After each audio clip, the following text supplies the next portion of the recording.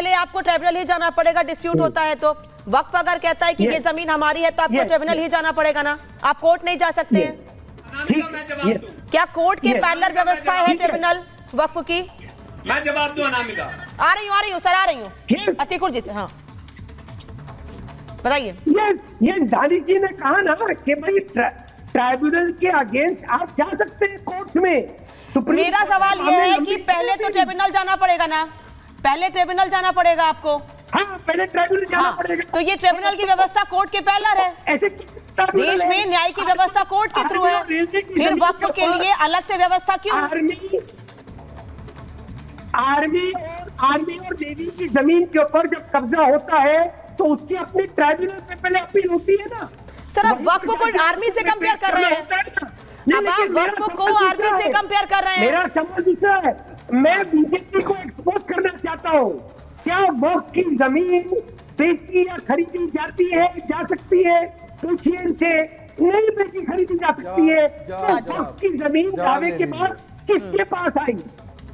ठीक है आचार्य मिश्रा, आ रही हो शहजाद। आचार्य मिश्रा। अतीक जी, बड़ा मुझे एक बात बड़ा सुनकर के शहजाद पूनावाला जी की और जो अजय वर्मा जी की दोनों की बातें सुनकर के लग रहा था कि अजय वर्मा जी आज कांग्रेस प्रवक्ता नहीं बल्कि मुस्लिम प्रवक्ता बनकर बैठे हैं, और शहजाद पूनावाला जी वालों को सुनकर के लग रहा था कि नहीं जी बीजेपी प्रवक्ता नहीं हिंदू प्रवक्ता बनकर के बैठे और दो लोग एक दूसरे पर बात कर रहे थे। खैर ये डिफरेंट विषय है, लेकिन मैं एक बात पूछ लेता हूं। मैंने डकैत कह दिया तो उसको लेकर के सब लोग एक साथ चिल्लाना प्रारंभ हो गए। अच्छा मुझे एक बात बताइए, जब वक्फ जो है किसी पर क्लेम करता है, कौन से डॉक्यूमेंट्स उसके पास हैं जो 1500 साल पुराने उस गांव के उसके पास हैं? किसने उस गांव को वक्फ को दान दिया था? मुझे प्लीज उसका प्रूफ यहां पर कोई एक प्रवक्ता बता दे, उसके बाद मैं मान लूंगा कि मैंने डकैत सब गलत कहा और मैं यहां माफी मांगूंगा। साफ बता रहा हूं, एक मंदिर का जिस मंदिर के ऊपर क्लेम कर दिया जाता है जो 100-150 वर्ष पुरानी है, किसने वो मंदिर दान की थी?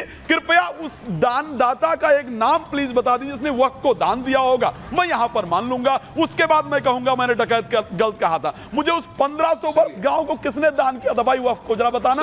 दानिश जी बताओ। सुन लीजिए, सुन लीजिए, मैं जवाब दूं जी, मैं जवाब दूं। आप सुन लीजिए, आप सुन लीजिए। हाँ, सुन देखिए सबसे पहले मैं आपको एक बात बता दूं, दरअसल दिक्कत क्या है भारतीय जनता पार्टी की। भारतीय जनता पार्टी की बात कर रहे हो यार, मैं तो दान पूछ रहा हूँ भाई। मैं भारतीय जनता पार्टी का रिप्रेजेंटेटिव नहीं हूँ, मैं भारत का व्यक्ति हूँ, सनातन का व्यक्ति हूँ। मैं तो उन गाँव वालों की तरफ से आपसे पूछना चाहता हूँ साहब, किसने दान किया था? सुनने दीजिए, ये तर्क तो देने दीजिए, बोलने दीजिए दानिश। अच्छा मैं जवाब दे रहा हूँ ना, जवाब सुन लीजिए, जवाब सुन लीजिए, उसका जवाब सुन लीजिए। देखिए मैं आपको एक बात बताऊं, दरअसल दिक्कत क्या है कि ये जो भी लोग हैं ना, ये एक कॉन्स्पिरेसी के साथ में बात कर रहे हैं कि ट्राइब्यूनल में जाना पड़ेगा। ट्राइब्यूनल जो है ये बहुत बात का स्टेज है। सबसे पहले तो अगर कोई भी अरे सुन लीजिए, देखिए ऐसे बीच में बोलेंगे तो नहीं। आप व्यवस्था बताइए सर, फिर जवाब दे दीजिए, पहले व्यवस्था बता दीजिए। थोड़ा सुनने का मापदा रखिए। हाँ जल्दी से। हाँ मैं वही बता रहा हूँ। अब सवाल ये है कि कोई भी प्रॉपर्टी वक्फ के पास अगर उसके बेसिक डॉक्यूमेंट है और वक्फ बोर्ड में रजिस्टर है, तभी वो मामला पहुंचेगा ट्राइब्यूनल में, नहीं तो नंबर ऑफ केसेस। नहीं तो वो तो ये कह रहे हैं कि अगर 1500 साल पुरानी जमीन पर आप कह रहे हैं हमारा कब्जा है, तो पेपर्स कहाँ से आएंगे? किसने दान किया तो बता दो प्लीज। हाँ मैं बताऊं कैसे आएंगे, सुनिए मैं आपको बताऊं कैसे आएंगे। सुनिए मैं आपको बताऊं, दुनिया जब से एग्जिस्ट कर रही है ना, सुनिए दुनिया जब से एग्जिस्ट कर रही है, अगर तुम पिरामिड के पेपर मांगने जाओगे तो कहाँ मिल जाएंगे? तो पेपर नहीं है। अच्छा पेपर नहीं है, गांव आपका हो क्या? क्या बात कर रहे हो यार, बिना किसी सर पैर की बात किया करो भाई। इस बात को अगर लोग हाजमा की गोली खाएंगे ना तो भी हजम नहीं हो पाएगा कि जी मेरे पास पेपर नहीं है, मैं उस पर अपना कब्जा मांग रहा हूँ, लेकिन मुझे चोर डकैत गलत कहा जा रहा है। कमाल की बात कर रहे हो यार, आपको बुरा लग जाएगा। हाजमे की अरे भाई ऐसी कॉमेडी नहीं चल रही यहाँ पर। सुप्रीम कोर्ट ने लताड़ लगाई, कैसी लताड़ लगाई आपको?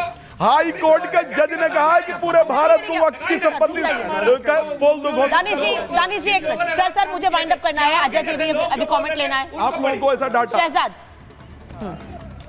हाँ पर अनामिका जी, अब बताइए, पिरामिड के भी पेपर नहीं है, इसलिए वक्फ के पास कोई पेपर होने की आवश्यकता नहीं। अगर ये कुतर्क दिया जाए दानिश जी के द्वारा कि पिरामिड के पेपर, भाई पिरामिड बनाने वाले तो पता है ना कि कौन बना के गया था, पिरामिड कौन बना के गया था वो पता है हमें। ये वक्फ का गांव, ये मंदिर वाला गांव कैसे आ गया वक्फ में? 1500 साल पुराना, जबकि इस्लाम नाजिल हुआ कुरान पाक नाजिल हुई 1400 साल बाद। तो कैसे हो गया ये? इसका एक्सप्लेनेशन तो दीजिए कुछ भी आओ गाँव साओ कुछ भी बोलते जाना है। पिरामिड से कंपेयर कर रहे, कभी आर्मी से कंपेयर कर रहे, कोई तो लॉजिक रखे भाई। ठीक है, धन्यवाद आप सभी का जुड़ने के लिए। अजय जी माफी चाहूंगी मैं वापस आपके पास नहीं पाई लास्ट कमेंट के लिए। बहुत बहुत धन्यवाद आपका जुड़ने के लिए, समय देने के लिए। महाभारत में इतना है।